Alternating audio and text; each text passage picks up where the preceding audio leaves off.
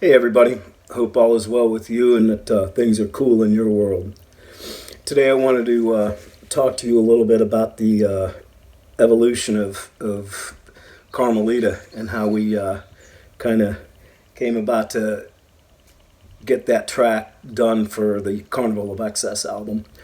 But first I wanted to take a minute and apologize for not getting any content up in the last few weeks. And tell you guys how much I appreciate you watching not only today, but watching some of the other content on the channels. I really appreciate it. So if you do enjoy this stuff, please subscribe, give me a like, and of course comment, because I like hearing about what you guys think about this stuff. So I appreciate all the support. So. As I've told you guys before, I went up in May to formally meet with GG in person for the first time. We had talked on the phone for, gosh, I don't know, maybe a year or more. I'm talking about the different projects we were doing and all this, that, and the other thing. And I went up to North Carolina when he was doing the vocals for the Anti-Scene album. Did the photo shoots and interviews and all the rest of it. And I delivered the transcript for the Ann Arbor incident. And that was in May of 91. And in July of 91 is when Gigi came to my place and we did Carnival of Excess. So there was a period in between those, that month or whatever in between there where we were kind of, talking about things and, how we wanted to evolve this or how this evolved from, what we initially thought of as to be an extended acoustic album into what became Carnival of Excess with, instruments and all the rest of it, not just acoustic. So one day Gigi, he called me up and he said that he had this song he wanted to include on the album. And it was a Linda Ronstadt song. And I was a little like, oh, wow, that's interesting, and unexpected and cool. So, we talked through it and, he was saying, Gigi liked the idea of doing a song that was done by a female. Take that for whatever it's worth, but, so he calls me up, we talk about the song, and then, so he sends me a cassette in the mail, and here's the letter that, with the cassette that he put in there. Now, the funny thing about that is, when I got the cassette and I listened to it and discovered that it really wasn't a Linda Ronstadt song. She was actually covering a Warren Zevon song, and Gigi wasn't aware of that. He thought this was a Linda Ronstadt original, which is... he was a little bummed when I told him that because I think, he really wanted to do a female song. And but regardless, he was still cool with it. And so when he got there,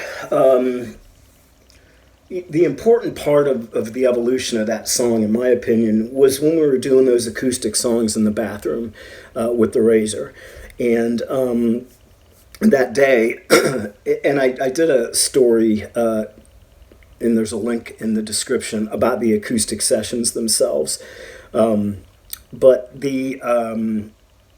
so when Gigi, one day, and again, I mentioned this, I think in that acoustic video, Gigi just picked up the guitar and walked in the bathroom and started playing. He knew the acoustics in the bathroom were good. It was an old bathroom, old Florida home, with a clawfoot tub, etc. So he knew the acoustics were good in there. So he just picked it up, starts going in there and playing, and the first song we did in that session was "Pick Me Up on Your Way Down," the song that Patsy Cline kind of made famous or whatever, and Gigi totally dug it.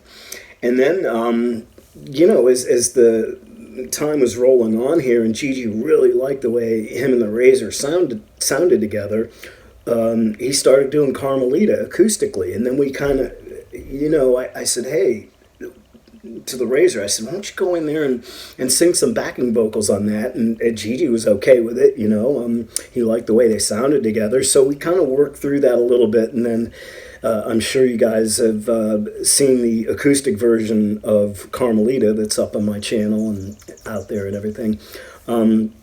So we really liked the way that came out. And as as time rolled on a little bit or whatever, the days rolled on, when we went to the studio to do the vocals, that's when Gigi was like, I want Razor doing the backing vocals in the studio for Carmelita as well. And in my opinion, she nailed it and he nailed it. It just worked really well together. And one can argue that Carmelita became, Gigi's, maybe his most commercially viable or song in his catalog. It was the one that could be played on the radio or whatever.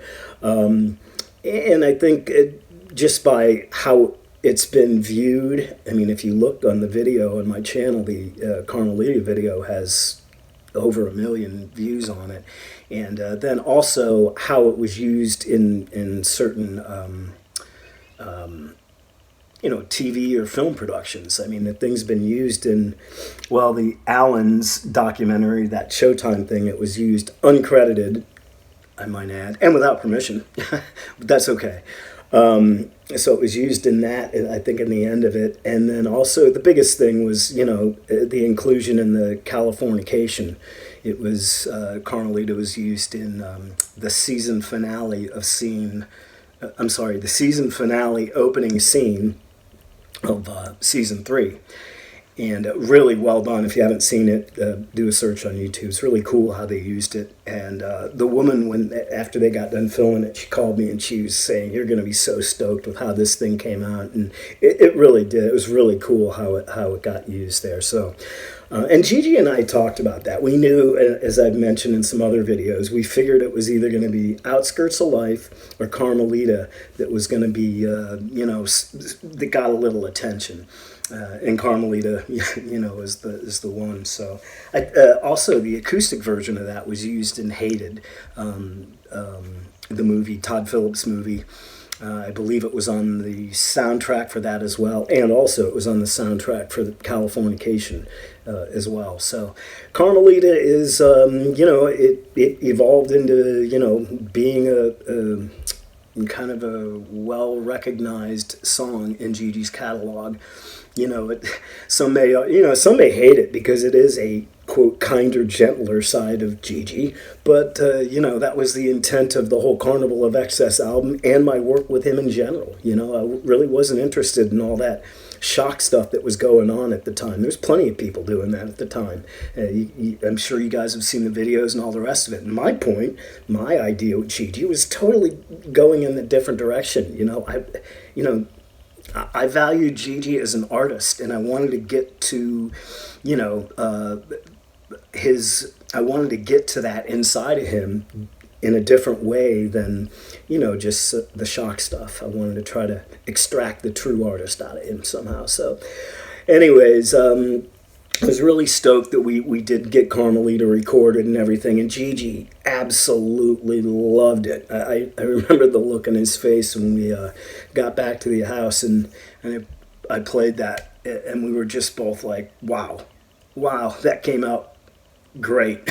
So he was pretty stoked, and again, I think that's an important piece in his catalog, and it's certainly how it has been used, and I'm sure it's going to be used in the future. Whatever films are being made about Gigi or whatever, they're going to want to include that track because it's just that good.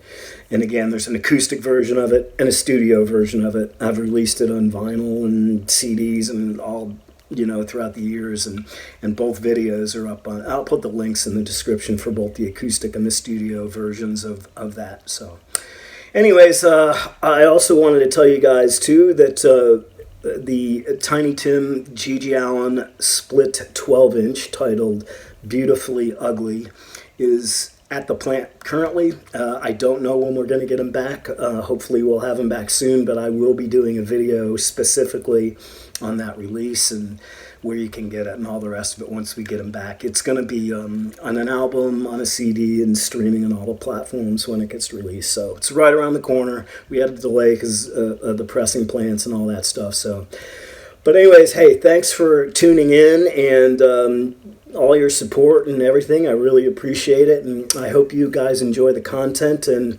go give Carmelita a listen and check out the how it was used in Californication. Just type search GG Allin Californication and it'll pop right up. Anyways, you guys have a great day, and I will look forward to seeing you on the next video. Thanks again, everybody.